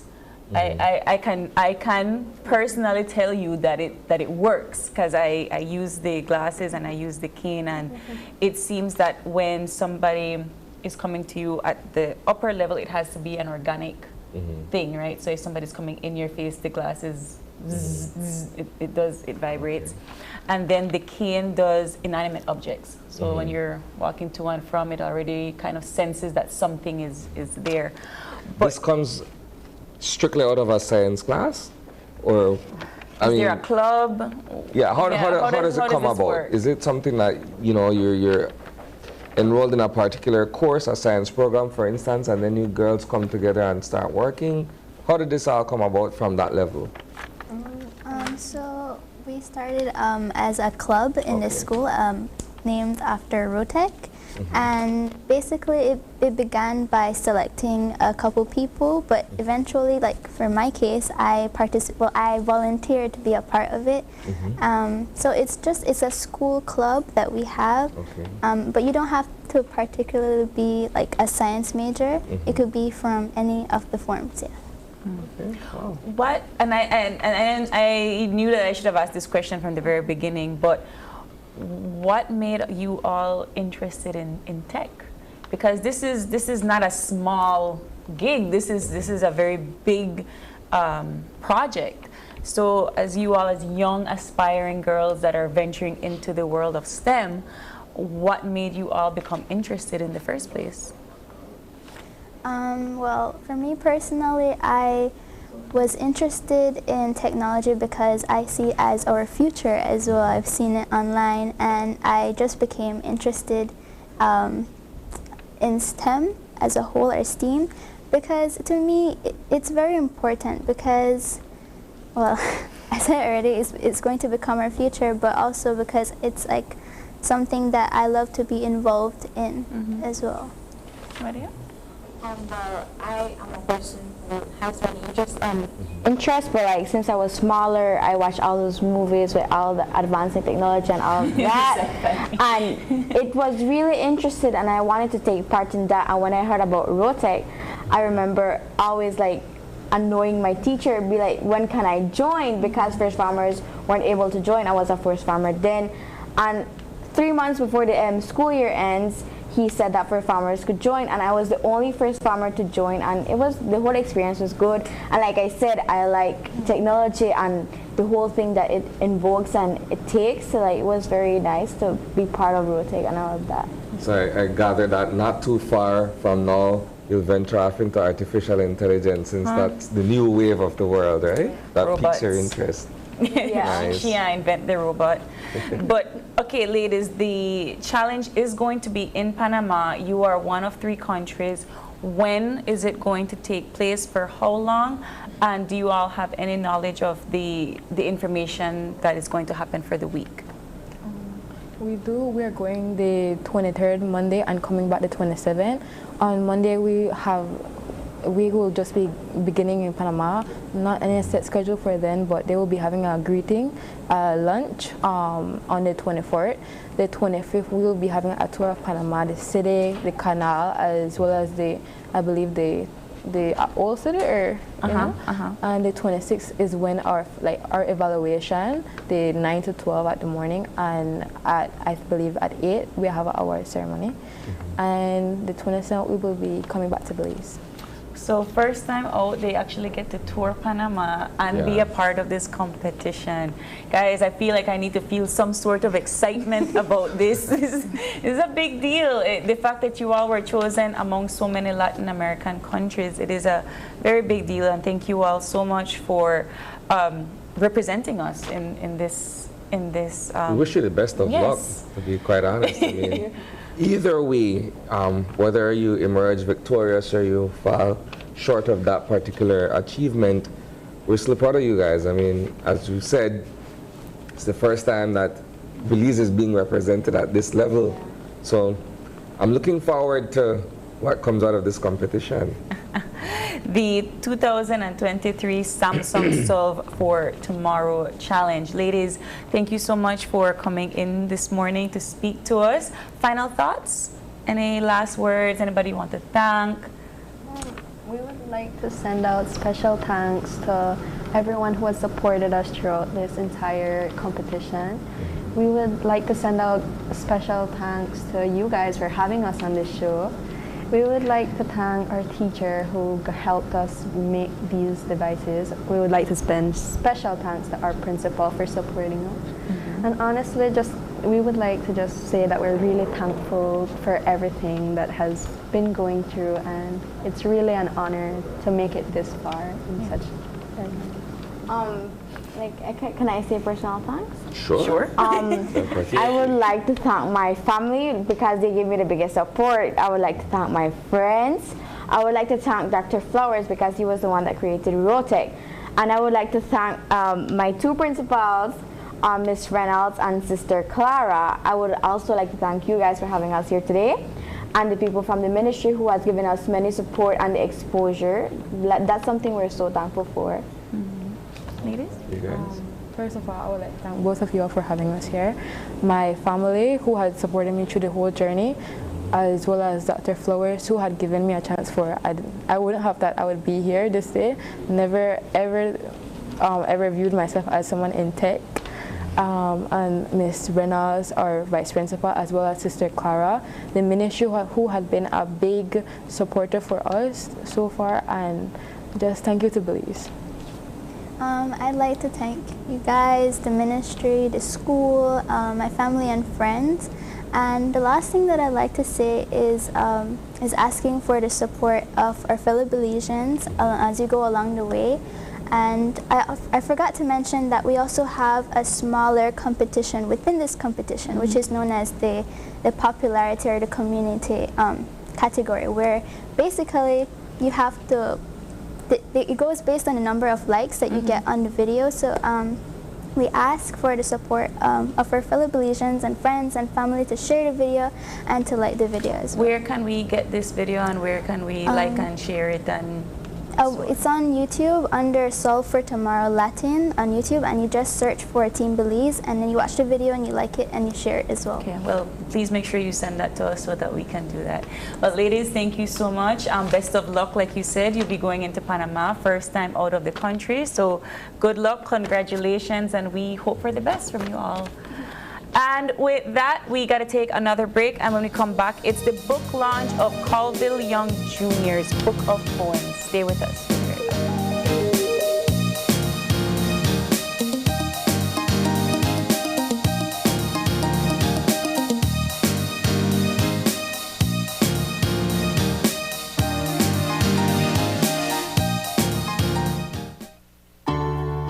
Homeowners, immerse yourselves in elegance. Surround yourself with the beauty of one-of-a-kind, quality wood furniture. This is what America's elegant furniture and appliances has to offer. Trendy, affordable, and exceptional centerpieces, large mirrors, vanities, plush sofa sets, coffee tables, office furniture, exquisite mahogany bedroom sets, home decor, mattresses, and so much more. Shop our new reduced prices store-wide and get huge discounts daily. Our layaway and payment plans offer the lowest interest rates guaranteed. Our extensive catalog meets everyone's furniture needs, and if you can't find what you're looking for, then we'll custom make it for you. Shop at Mirka's and save. Mirka's, making your household dreams affordable. With eCash, bill payment is extremely convenient, and all utility companies accept eCash payments. What's even better? You get to split bills with your roommates, siblings, or whoever you desire. Simply open your eCash app, go to Bill Pay, tap the respective utility company, enter the information, and pay the bill. Then tap the transaction made. Tap Split the bill. Select Evenly. Send the request to who you are splitting the bill with, and get notified when they pay. Talk about making life easy and avoiding confusion. You can split the bill for restaurants, grocery stores, and for any eCash payment you make. To find your next yummy meal, hair treatment, or chill spot, simply open the app and utilize the geolocation service to see nearby businesses that accept eCash. Geolocation and bill payment make life a whole lot easier. My Social Security. Your direct online access to all your Social Security information. 360 view of all your Social Security information. Registration services, benefits, contributions, and employer services at your fingertips. Enjoy all the new features with your My Social Security account. Register with SSB. Submission of benefit claims. Submission of contribution statements. View contribution record. Enjoy all your My Social Security feature at ssbportal.org.bz. Social Security at your fingertips.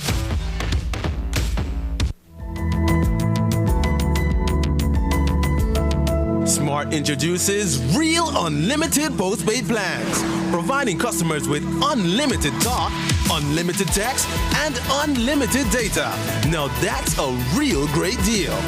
With Smart Plus, Share 1 and 2, and Enterprise 1 and 2 plans, you can talk as much as you want, text as much as you want, and for the first time ever in Belize, you can enjoy unlimited data with your postpaid plan.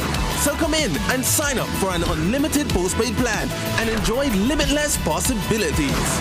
In addition, other plans such as the Flex Junior, Choice, and Select have been boosted with a lot more talk, text, and data, providing you with the best value for your budget. Be unlimited with Smart. It's time to power your dollar with Smart.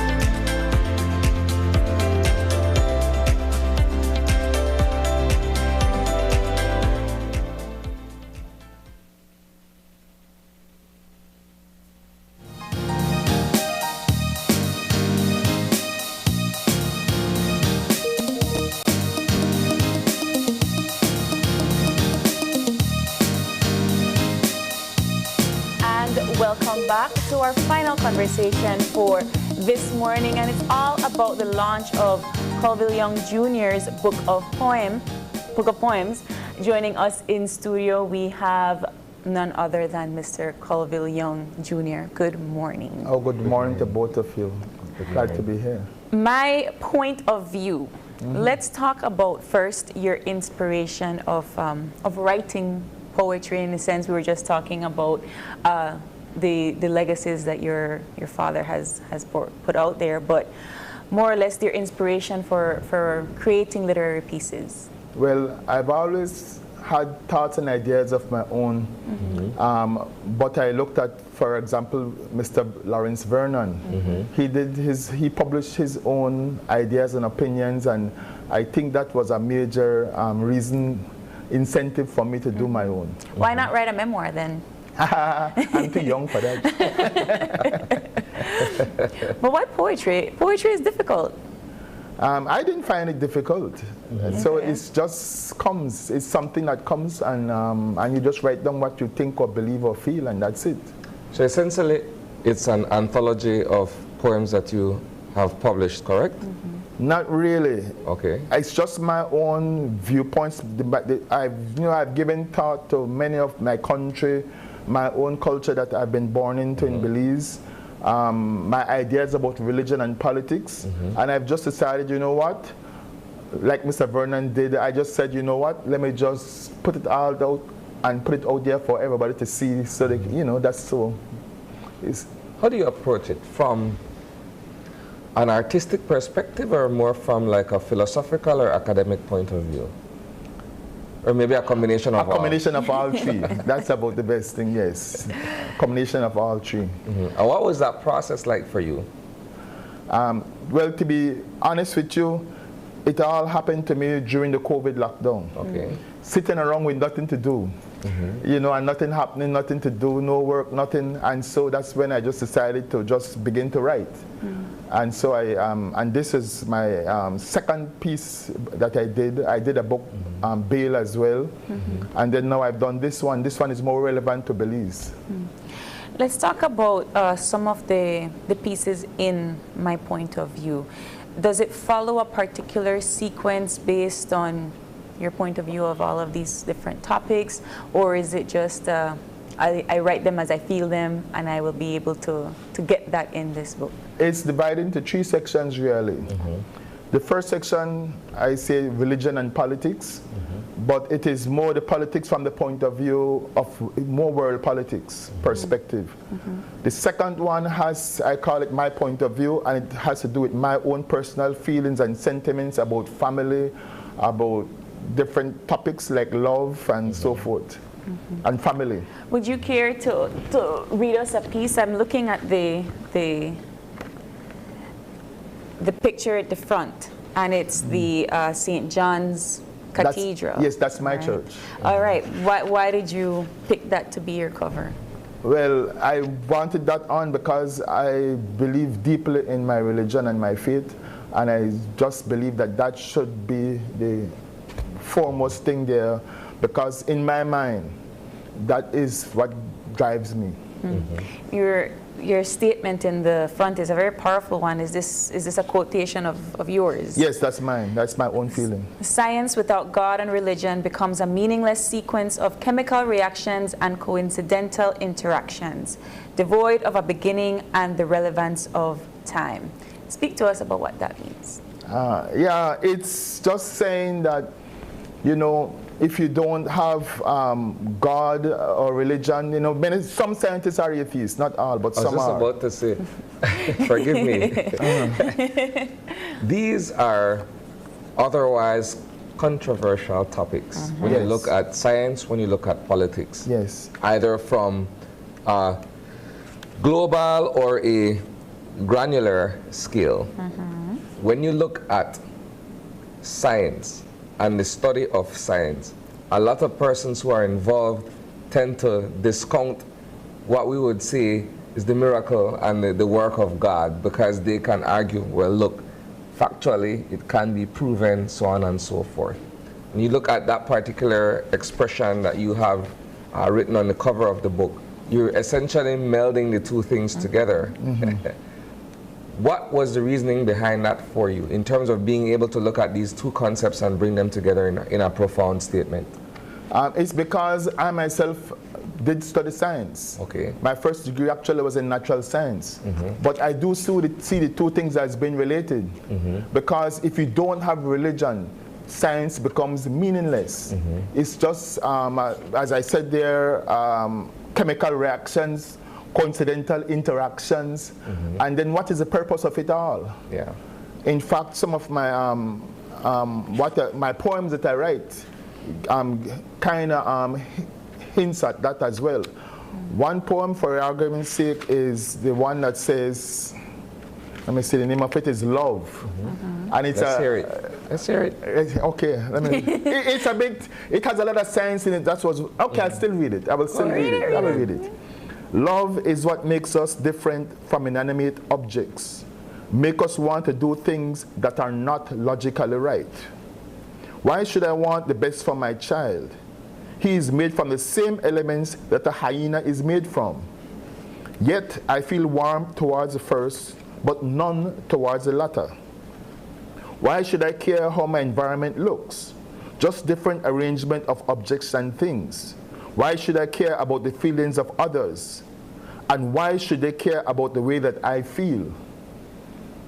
Those three little words, God is love, profound, confounding reflection of life.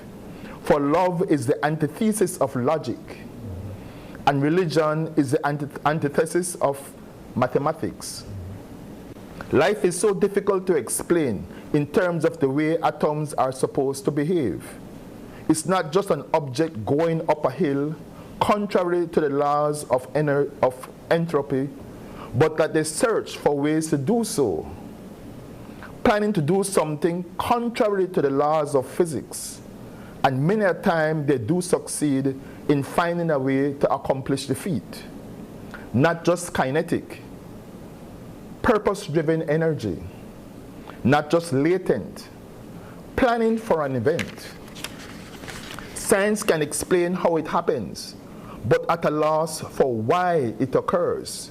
Matter and energy, after all, is supposed to move towards stability. God created all the creatures of the earth, including you, me, and everyone else. There's a reason why living things behave the way that they do. And if you do not believe this, then everything you see, touch, and do is just one big waste of time and energy. God is love. So you just describe intelligent design, really? There you go. I mean, if not, what's the purpose of it all? Yeah. As I said in other poems within the book, you're going to die anyway. I've had people tell me, look, why should I worry about killing somebody else? Because that person is going to die anyway. They say I'm going to be taking them out of their misery, because the longer they live, the more misery they incur and all that kind of sort of thing. And they will. So what was all the purpose of living if you're going to die? What's the purpose of buying a car? What's the purpose of you loving your kids and so? Because it's just atoms and molecules and all of that.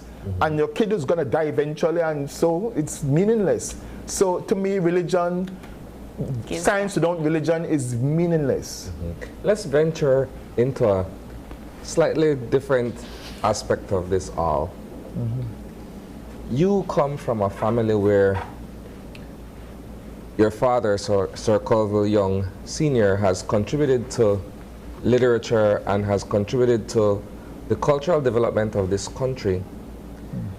That, in a sense, is the backdrop upon which you perhaps have taken a liking to writing, has taken a liking to philosophy, if you're looking at poetry from that point of view. Describe what that upbringing was like in terms of being around this kind of knowledge and being able to express yourself through this form. Yeah, it's, I guess, too, in another one of my poems, I do describe that situation where we call it family. And family is so important. Yes, my father did his was more on things like that, culture and philosophy and things like that. But you also have to remember my mother. She was important because she believed in that family union and keeping everybody together and everything flowing and so forth. So that that kind of an environment does produce the best, in my opinion. It is best for the development of children. And I do appreciate that I was able to grow up in that kind of an environment. And in fact, it hurts me when I see many of the kids not growing up in that kind of environment with those kind of incentives, because a true family will look out for their kids and try to provide incentives for them and guidance for them. Your background of studying science, but you're kind of more of a liberal arts person teaching literature, English, and music.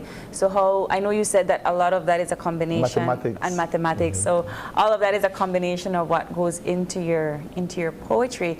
This is about 43 pages. It looks very, very thin, but it's about 43 pages of poetry. How many poems are in here? I don't remember. I didn't pay that much attention. I'm sorry. So let's talk about the different genres then, and how each of your background skills kind of play a role in the development of your poems. What part of your poetry brings out that musical aspect of you? I would say the best thing from music is that you learn harmony. In fact, for example, music is not an isolated thing. You play in groups. Usually you play in groups. Even when you perform solo, you do need to have an audience. You connect with an audience. So that aspect of it, the music, it focuses your mind on connecting with others. It's like, I call it sharing emotions. So it is within music, or whether it be literature, you're really sharing your own beliefs and emotions. And a good artist is somebody who can really let you see what they're feeling, and you connect with it. Like if any group is playing and you connect with it right away, that's a good artist. So let's talk about the launch.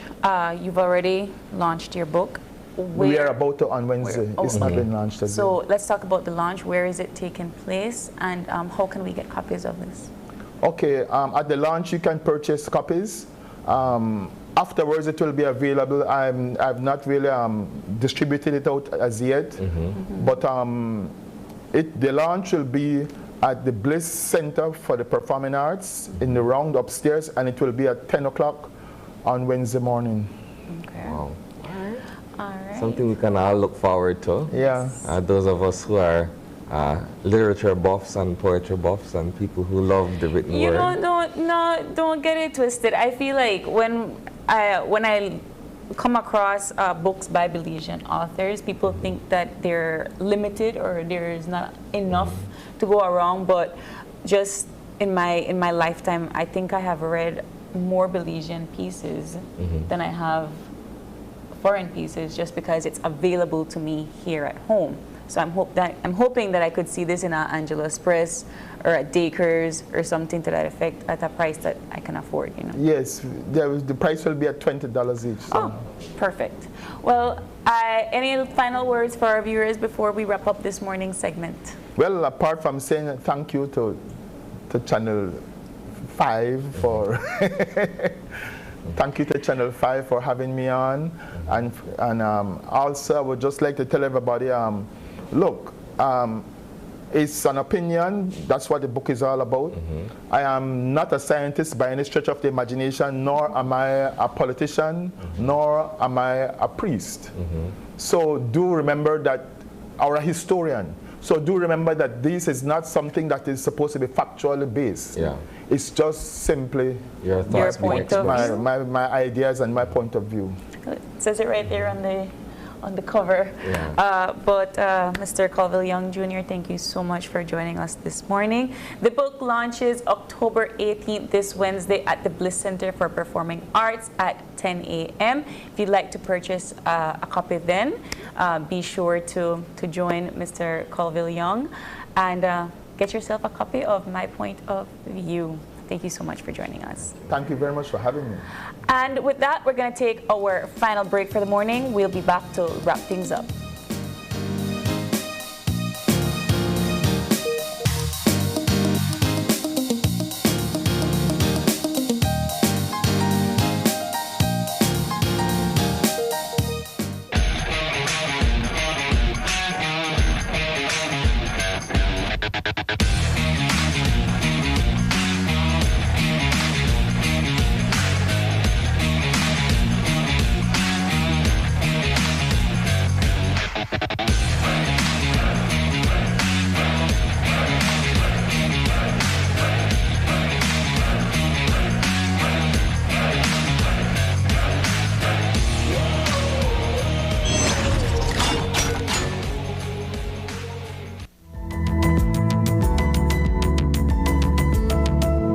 Introduces Real Unlimited Postpaid Plans, providing customers with unlimited talk, unlimited text, and unlimited data.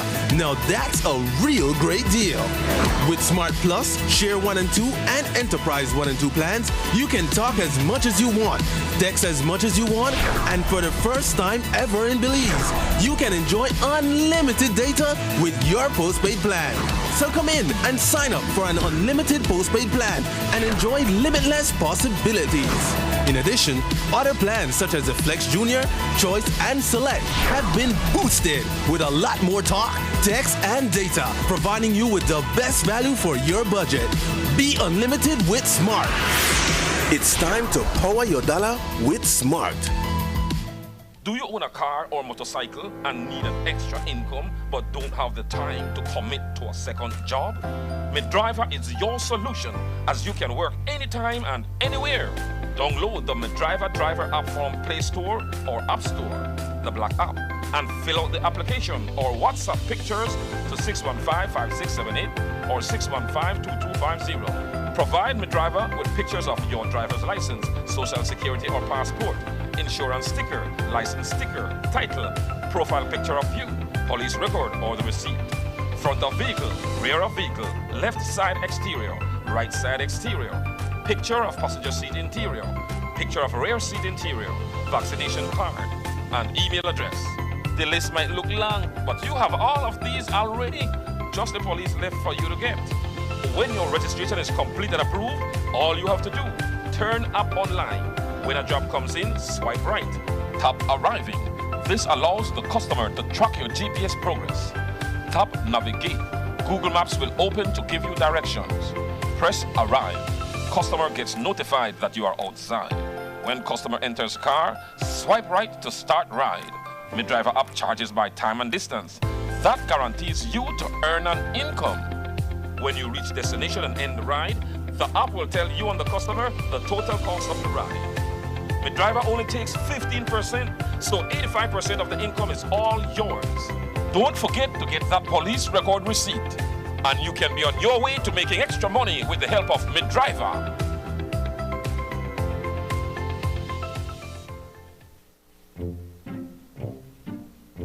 Get ready, babe. We're going on a vacation. Finally, where are we going? Don't worry, babe. I have we covered.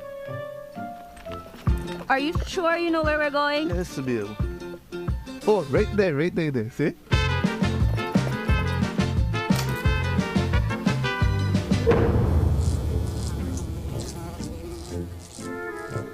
Babe, the price me too good to be true. Me look much more better in that picture. When life throws you a curveball, Belize Bank has your back. With our online financing, you can turn any vacation mishap into a dream getaway.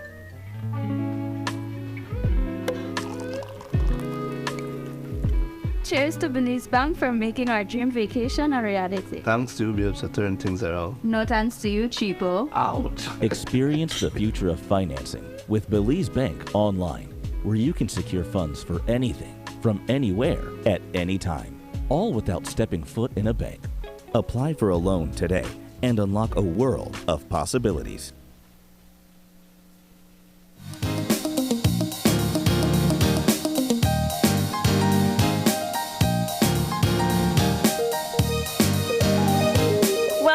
Welcome back to Open Your Eyes, and we'd like to once again thank all of our guests for joining us this morning, this Monday. The Poverty Index is already available on the SIB website, so go download that now. Our wonderful ladies from Palote High School will be representing Belize in the 2023 Samsung Sulphur Tomorrow Challenge in Panama next week. We wish them the very best of luck. And Mr. Colville Young Jr.'s book launch is on October 18th at 10 a.m. at the Bliss Center for Performing Arts. We want to thank all of our guests. We want to thank all of you for joining us this morning. And yeah, if you have any questions or comments, if it's your birthday today, happy birthday to you. It is October 16th. Yeah, October 16th. So happy birthday to you. If you have a birthday shout out, you can drop us a line right here at oye@channel5belize.com. You can catch our live stream on Facebook at Open Your Eyes BZ and all of our highlights on Instagram at OYE Belize. Please do us again the favor of joining us tomorrow when you open your eyes. Start your morning right. Be sure to keep your eyes, your minds, and your hearts open. We'll see you real soon. Belize there's a cold front. Stay as dry as possible. Bye.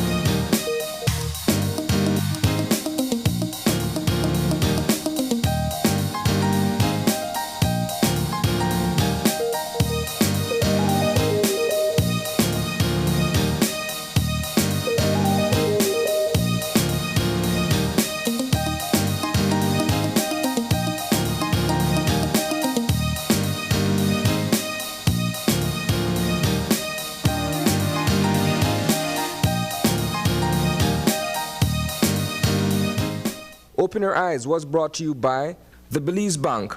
Our country, your bank.